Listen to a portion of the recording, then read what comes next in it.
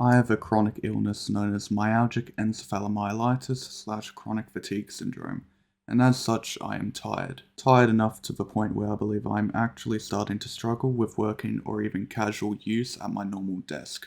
Normal generally meaning what most people think when they imagine a computer setup, with a flat desk, typical chair, mouse and keyboard in front, monitor further back, etc. Over time, the build-up of physical strain when sitting at my desk for long periods of time has become more noticeable and impactful, and to put it simply, I'd rather not have to feel that. Even before it got worse, I had been contemplating ways to improve my comfort, mainly with my chair. For many years I've used a cheap chair from Officeworks, having put a pillow on it purposefully to help soften it. Before you say this is absurd, I am being completely honest when I say that, for my frantic movements and positioning, this is the most comfortable chair I've tried so far, when the pillow is used. I have spent a good hour at Officeworks trying a lot of different chairs, and somehow none were as comfortable as this abomination. From what I understand, most office chairs try to enforce a certain kind of posture when sitting in order to maintain endurance and stay healthy, but for people who like me, who are fidgety and move around a lot or sit in weird positions, it is quite frankly incompatible and useless for its purpose. I could buy a Herman Miller Aeron, the most recommended chair ever, and it would probably be uncomfortable for me. It's been a long while since I had a good look into chairs back then, and I mainly gave up on trying to improve the comfort of my setup specifically. I've had a few moments in which I looked into potential things that could help me feel more comfortable with my condition since then, and some beneficial items have been bought through that, which have helped me tremendously, like my tablet. Not long ago I did more researching into potential items and came up with a list that I hoped could be sought out through my disability support, but they pretty much cut it off completely, which is just classic. But in my research I came across a kind of setup that I had never really seen before, which set off sparks in my brain.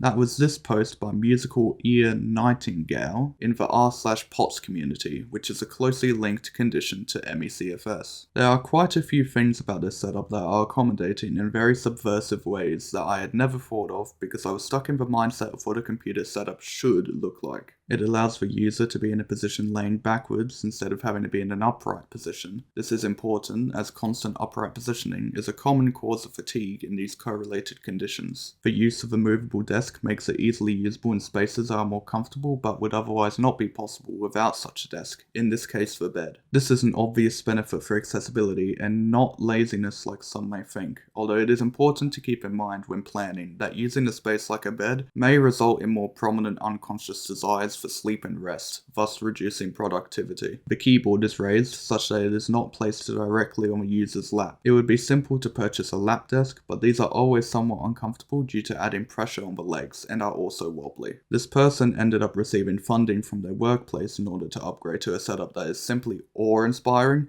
but also obviously out of my league in terms of what I can afford. The affordable bed desk really spun ideas in my head for ways that I could do it myself, as it seemed like a big potential solution to the problems I was having with discomfort and fatigue. I have always been scared of spending a decent amount on something like this due to a combination of frugalist habits formed in my childhood and the need to save up for future plans with my girlfriend from Belgium. But I decided that the amount of money spent here for this setup will be more than worth it across the long length of time that I will be using it for. There came a point a few weeks ago that this turned from a want to a need, and the need for accessibility surpassed any need I had to commit to frugality. So I began to plan, and I knew I didn't want to use my bed for this like the inspiration. It would feel a bit off and too claustrophobic, and may make it harder to sleep in general. Plus, I already had what I viewed as a far better alternative that I believe solves the problem of finding a comfortable chair with resounding marks. This couch has been sitting in the corner of my room ever since me and my mum moved in here. I have no idea when we first acquired it or where it came from.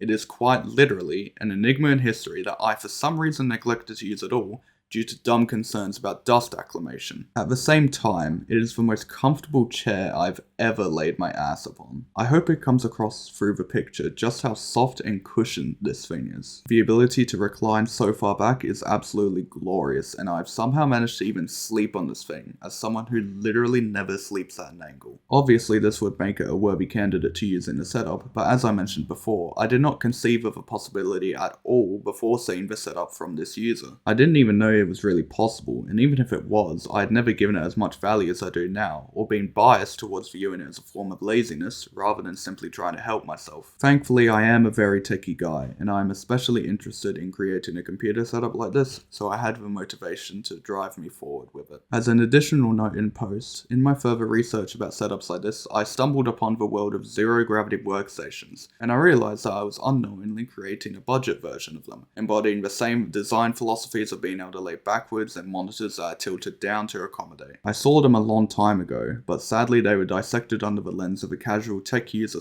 / gamer instead of a tool for accessibility, and thus weren't praised for their strengths, so I didn't realize the potential usefulness for a long time. Obviously these commercial workstations are extremely expensive, not just for the cost of making them, but also because there is not much demand for them. To be completely honest, I am extremely proud that my own makeshift zero-gravity workstation can match or even surpass the usefulness of these commercial creations that cost many times more, and I hope this can inspire others to try making their own versions for accessibility. Since I set my mind to making this setup, I have been spending a lot of time primarily researching and making it into the perfect combination for me. I already had quite a few pieces of tech that would serve as a good baseline to extend off of, primarily including my laptop, tablet, keyboard and mouse, which determined what things I would buy and the layout of a desk. I'm not going to describe the research process in detail, but the general rule for doing research is to do it lot of it and to do it right. Do not buy stuff that people rate as the best, buy stuff that is the most suitable for what you need. Buy second hand if possible, be frugal, etc, etc. I'm going to be providing the products for everything I bought in this setup, and although I do think they are excellent, I implore you to consider what you believe is best for yourself if you ever make something like this yourself. I will also be including the price of each product, which you can use in your own considerations for budget, but please keep in mind that this is in the Australian dollar with conversions to USD and euros. With that in mind, here are the choices I made, starting with the base. Obviously, choosing the correct table is extremely important, as it will be housing basically everything within the setup. Going for an overbed form factor like this was an obvious choice for stability compared to other tables that rely on one leg and are thus prone to wobble. The only other precaution was to make sure that the height and length could be adjusted properly to fit perfectly around my couch. The minimum dimensions fit perfectly, and thus this was my choice. This wouldn't be suitable for larger beds, such as a queen size, so if you plan to use this for an actual bed, ensure you get a larger sized table. The table makes use of 4 triangular screw-ins on each side to change height and length, an easy albeit slow process. The wheels must be hammered in to fit, which is something I didn't realise for a while, and glide very well once properly installed. Build quality feels very nice, at least for my standards. It is certainly sturdy enough to be used for stuff like clamps and supporting all the weight that is required. However, if you wish to use a monitor stand near the back, I would recommend using a grommet mount, as the longer edges of the table have metal beams that make C-mount clamps a little unstable.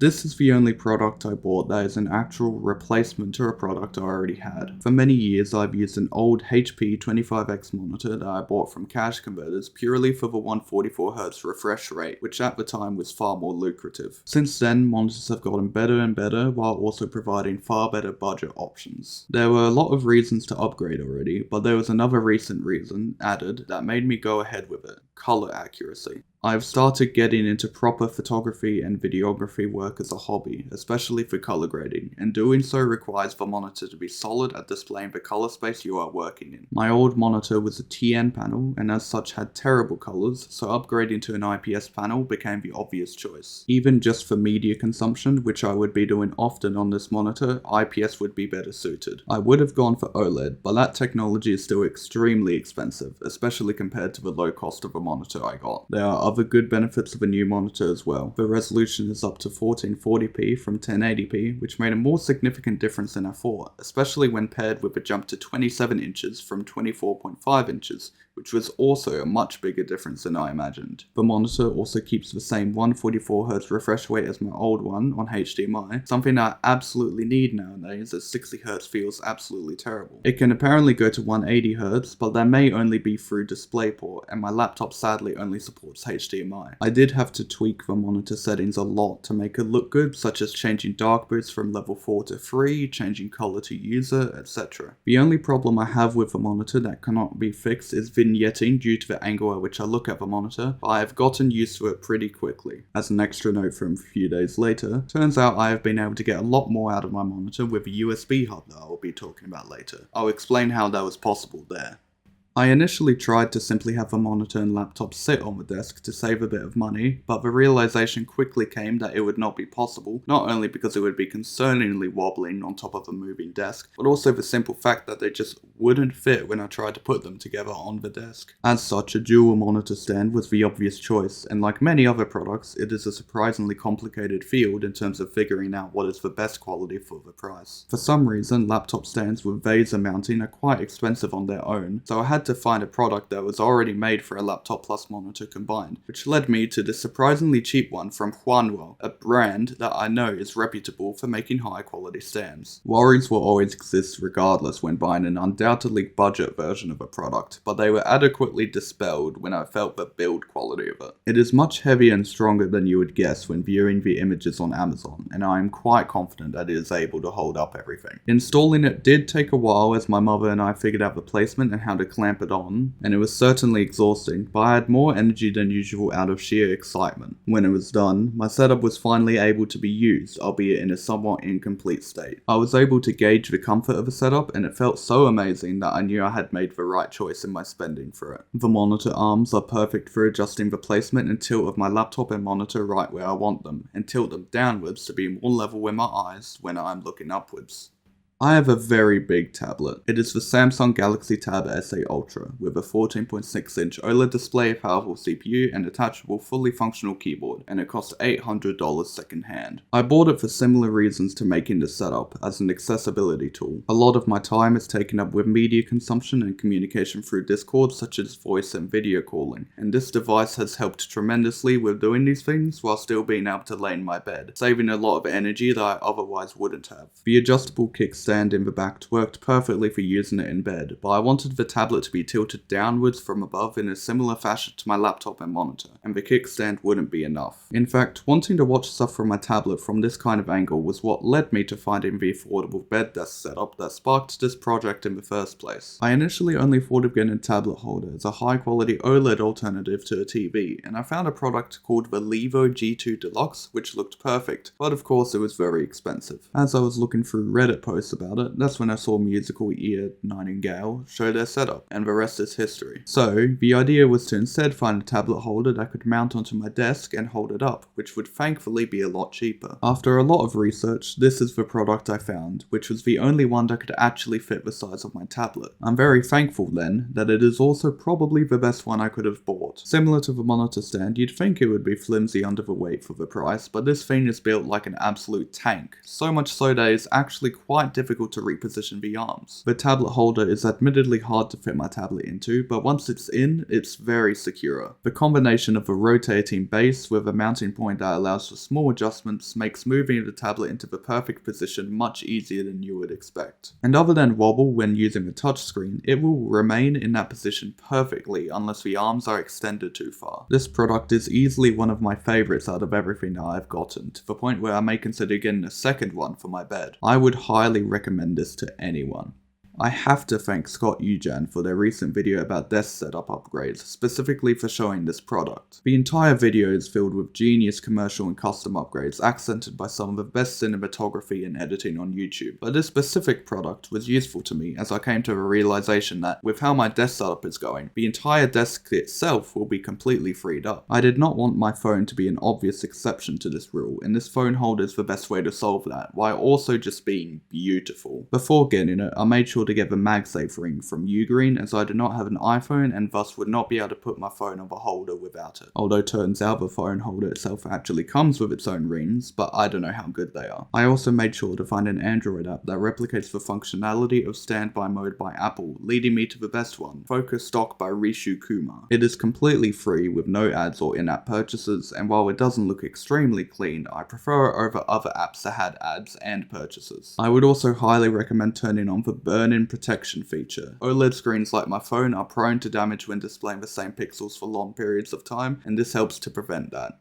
When I was conceptualizing the layout of this setup, I knew that an under-desk tray would be a necessity. The form factor of a pseudo-zero-gravity setup forces the desk to be up quite high, to the point where you need to reach up very far in order to use your keyboard and mouse. I knew this would be a major problem in the usability of the setup, and I experienced it firsthand when finishing the first version before the tray arrived, so I ordered this beforehand. At first I was a little scared at some of the pricing that keyboard trays had, being significantly more expensive than I had anticipated, but this version from Vivo was quite affordable while still looking quite well built. I wasn't mistaken in that assessment. The tray is most certainly well built, and there's not much wobble at all when using my keyboard or mouse. It was definitely the hardest part to install, made harder as we needed to install the under-desk mount with the heavy tray mount attached due to the overhang of the metal bars in my desk. However, it is a vital part of my desk for ergonomics, and I am pleased with the amount of adjustment you can do with it. The tilt can be adjusted to fit the placement of the wrists, it can be moved to fit entirely underneath the desk, and it can even swivel out of the way easily, which is nice for if I want to temporarily stretch my legs or move about. As an added bonus, one of my mouse pads fits perfectly on the tray, so I don't have to use my mouse on the scratchy surface. This is the product with the least relevancy to the couch setup specifically, and is more so an added benefit that I realized I could implement thanks to the devices I was using and the way the desk was laid out. My tablet has a feature made by Samsung that is called DeX, which turns the Android interface into a more classic desktop experience with a bottom taskbar, windowed apps, and other benefits that mimic both Windows and macOS. This mode makes sense with the attachable keyboard of my tablet, but through the use of a hub that can convert the USB-C output of the tablet into a format such as HDMI or DisplayPort, it can also be used with an external monitor, which really starts to sell its use as an actual operating system. I obviously did not want to switch to DeX entirely, but with the tablet being mounted along with everything else, it could simply be an alternative. The reason for buying this hub specifically is for the extra functionality that allows me to plug in my mouse, keyboard, and headphones. Because yeah, if you didn't know, Android and DeX are fully capable of supporting and using all of my accessories at the same time through this hub. The extra functionality I'm able to get through my tablet with a simple $60 accessory is absolutely insane. And before you ask why I didn't just stick to Windows for this instead, there are 3 reasons. While it is mostly inferior to Windows, there are certain features that are very nice to have over it as a positive consequence of using a tablet. Boot up times are practically instant just by turning on my tablet. I can log in using the fingerprint reader, I can use Android apps, work on DeX saves onto my tablet, etc. My laptop has cooling fans that are often very loud even on fairly basic tasks. Since I don't mind just using laptop speakers for audio, the fan noise can be very noticeable and distracting. In comparison, my tablet is dead silent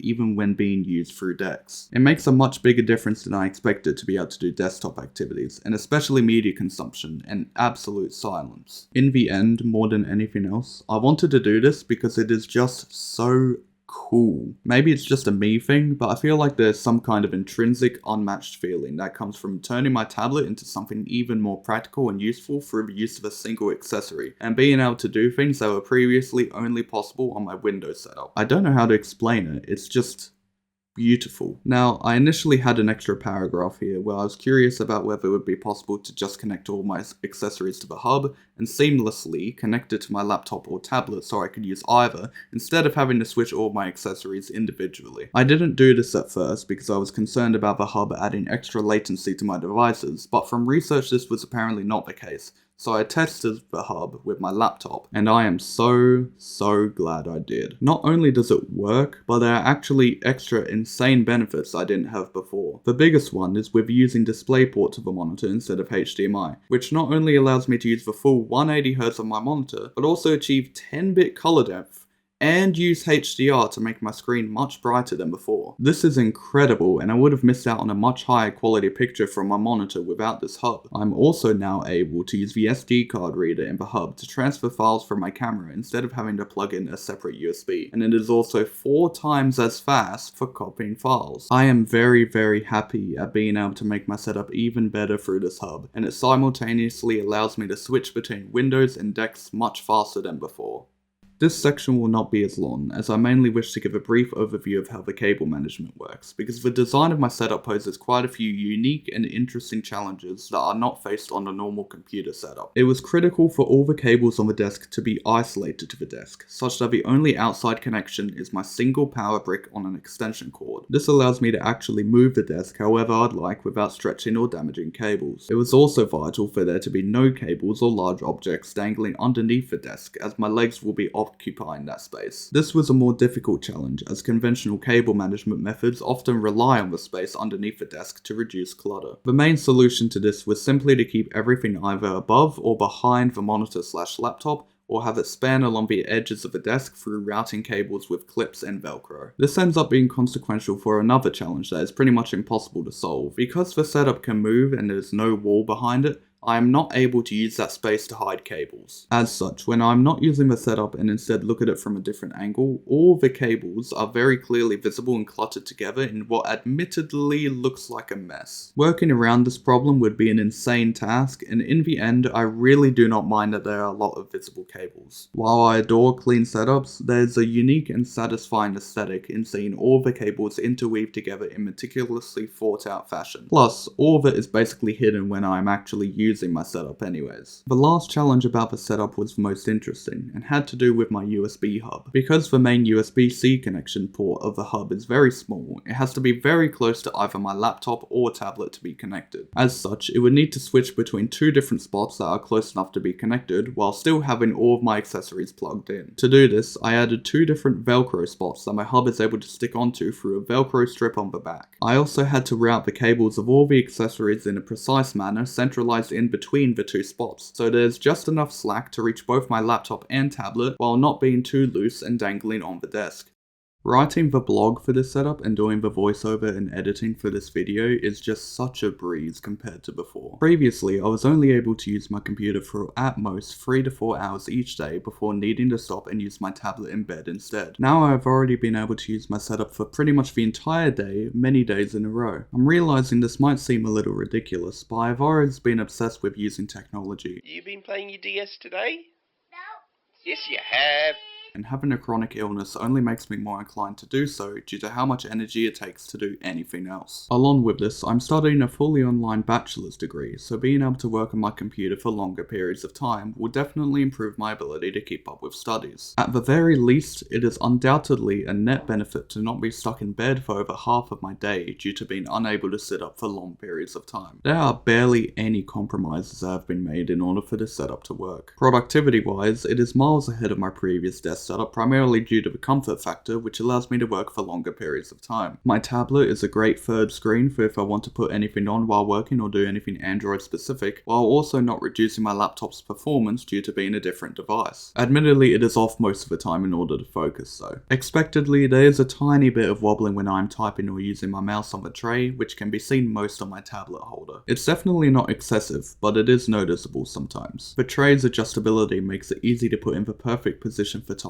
regardless of my or the desk's positioning, for surprisingly great ergonomics. Media consumption wise, it also sweeps my previous setup and is even better than using my tablet in bed. The new monitor is an obvious reason, but comfort benefits the setup again, and it is effortless to watch stuff. Gaming is definitely the most compromised with a setup like this, especially since I used to and sometimes still play games which require extreme precision, but it is not as bad as you would think, and in some ways is even better. For example, controller games feel basically the exact same. I am doing a playthrough of Persona 5 and I already managed to have a longer session on it compared to before. KBM games are definitely a different story, and while I haven't really tested it, I expect that playing with keyboard and mouse will be a bit more precarious on this. I certainly don't expect to play Geometry Dash to a high level on this, even if I try to use the table for clicking instead of a tray. Another interesting factor is how it feels to play when reclined. The body naturally tenses up when focused, especially during intense gameplay, and it produces a very weird feeling when laying down compared to sitting up, although this may be something I just need to get used to. In the end, I don't even mind these compromises. I haven't been into gaming myself as much in recent times, and most of the games I do play primarily use controller anyways. But if you want to make a setup like this, that is one of the biggest considerations. One thing about this setup that I have found to be an absolute joy is movement. I mentioned before about how I and other people move around a lot when sitting and often have weird positioning that is not accommodated for in conventional chairs. If there was a movement meter for the amount of adjustment you you can do with posture and positioning when using a setup, I feel like my setup would max it out with the combination of various adjustable parts. I can sit, recline, lay sideways, lay on the desk, cross my legs, or do whatever I want. I can move my laptop, monitor, and tablet back and forth, tilt them up or down, or move them out of the way. I can move my keyboard and mouse tray, tilt it, swivel it closer or out of the way. And most of all, I can move the entire desk anywhere I want, to the point where I can sit on the side of my bed and use it that way if I wanted to. I can even adjust the height of it like a standing desk as well as the width, although that would take much longer. The combination of all of these adjustable parts means that I am never stuck and forced into one specific orientation. I can move things exactly how I want with barely any hassle, and that is absolutely amazing as someone who is never really satisfied with keeping still. It is a real big changer.